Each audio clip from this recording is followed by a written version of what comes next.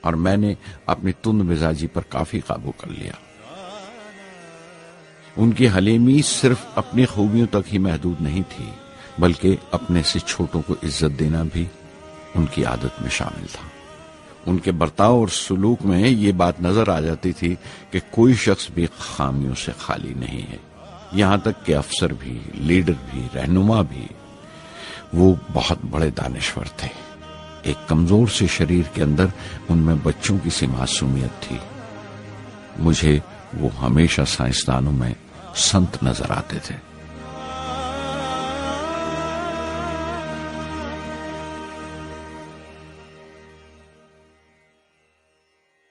پرتھوی کا کام اپنی تکمیل کو پہنچ رہا تھا جب ہم 1988 میں داخل ہوئے۔ 25 فروری 1988 صبح 11:23 پر پرتھوی کی پہلی پرواز واقع ہوئی۔ ہمارے ملک میں وہ ایک ایتہاسک موقع تھا۔ پرتھوی صرف ایک سرفس ٹو سرفس میسائل ہی نہیں بلکہ آئندہ آنے والی تمام قسم کی میسائل کا بنیادی نقشہ بھی تھا، فیوچر کا ماڈیول تھا وہ۔ پرتھوی نے ہمارے آس پڑوس کے ملکوں کو دہلا دیا۔ مغربی یعنی ویسٹرن ملکوں کو پہلے تو حیرت ہوئی، پھر غصے کا اظہار کیا اور پابندی لگا دی انڈیا کے لیے کہ وہ ایسی کوئی چیز باہر کے ملکوں سے نہ خرید سکیں جو ان کے میسائل پروگرام میں استعمال ہو سکتی ہو یا کام آ سکتی ہو۔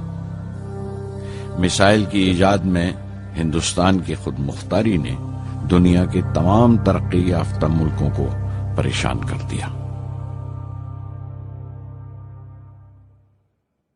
اگنی کی ٹیم میں 500 سے زیادہ سائنسدان شامل تھے۔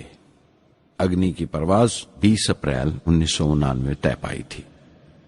لانچ کی تمام تیاریاں مکمل ہو چکی تھیں اور حفاظت کے لیے یہ فیصلہ کیا گیا تھا کہ لانچ کے وقت آس پاس کے تمام گاؤں خالی کرا دیے جائیں۔ اخبارات اور دوسری میڈیا نے اس بات کو بہت اچھالا۔ 20 اپریل پہنچتے پہنچتے تمام ملک کی نظریں ہم پر ٹکی ہوئی تھیں۔ دوسرے ملکوں کا دباؤ بڑھ رہا تھا کہ ہم اس تجربے کو ملتوی کر دیں یا خارج کر دیں، لیکن سرکار مضبوط دیوار کی طرح ہمارے پیچھے کھڑی رہی اور کسی طرح ہمیں پیچھے نہیں ہٹنے دیا۔ پرواز سے صرف 14 سیکنڈز پہلے ہمیں کمپیوٹر نے رکنے کا اشارہ کیا۔ کسی ایک پرزے میں کوئی خامی تھی، وہ فوراً ٹھیک کر دی گئی، لیکن اسی وقت ڈاؤن رینج اسٹیشن نے رکنے کا حکم دیا۔ چند سیکنڈز میں کئی رکاوٹیں سامنے آ گئیں اور پرواز ملتوی کر دی گئی۔ اخبارات نے آستینیں چڑھا لیں، ہر بیان نے اپنی اپنی طرح کی وجوہات نکال لیں۔ کارٹونسٹ سدھیر دار نے ایک کارٹون شائع کیا جس میں ایک خریدار کچھ سامان دکاندار کو واپس کرتے ہوئے کہہ رہا تھا، اگنی کی طرح وہ بھی نہیں چلی۔ ایک کارٹون میں دکھایا گیا کہ سائنسدان کہہ رہا ہے، سب ٹھیک تھا، سوئچ بٹن نہیں چلا۔ ہندوستان ٹائمز کے کارٹون میں ایک نیتا رپورٹر کو سمجھا رہا ہے، ڈرنے کی کوئی بات نہیں، یہ بڑی امن پسند اہنساواد کی مثال ہے، اس سے کوئی مرے گا نہیں۔ قریب 10 روز دن رات کام چلا میسائل کی درستی پر، اور آخرکار سائنسدانوں نے ایک نئی تاریخ طے کی اگنی کی پرواز کے لیے۔ مگر پھر وہی ہوا، 10 سیکنڈ پہلے کمپیوٹر نے رکاوٹ کا اشارہ کیا۔ پتہ چلا ایک پرزہ کام نہیں کر رہا ہے۔ پرواز پھر ملتوی کر دی گئی۔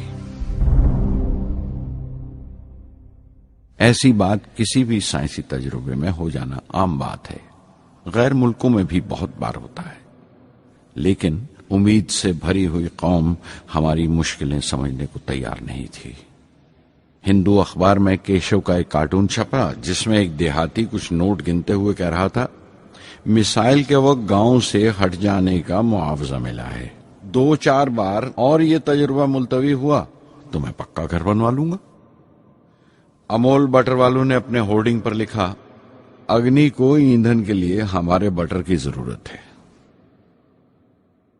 اگنی کی مرمت کا کام جاری رہا۔ آخر کار ایک بار پھر 22 مئی کی تاریخ اگنی کی پرواز کے لیے طے پائی۔ اس کی پچھلی رات ڈاکٹر اروناچلم، جنرل کے این سنگھ اور میں ڈیفنس منسٹر کے سی پنت کے ساتھ چہل قدمی کر رہے تھے۔ پورے چاند کی رات تھی، ہائی ٹائیڈ کا وقت تھا اور لہریں گرج گرج کر خدا کی عظمت کا نام لے رہی تھی۔ کل اگنی کی پرواز کامیاب ہوگی یا نہیں، بار بار یہی سوال ہمارے دماغ میں گونج رہا تھا۔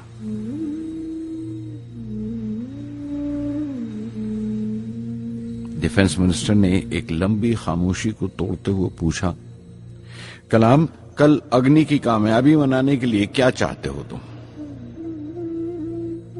میں کیا چاہتا تھا؟ کیا تھا جو نہیں تھا میرے پاس؟ اپنی خوشی کے اظہار کے لیے مجھے کیا کرنا چاہیے؟ اور اچانک مجھے جواب مل گیا، ہم 1,00,000 پیڑوں کی کونپلیں لگائیں گے، میں نے کہا، اور ان کے چہرے پر رونق آ گئی۔ تم اپنی اگنی کے لیے دھرتی ماں کا آشیرواد چاہتے ہو، بولے، کل یہی ہوگا۔ انہوں نے پیشن گوئی کی۔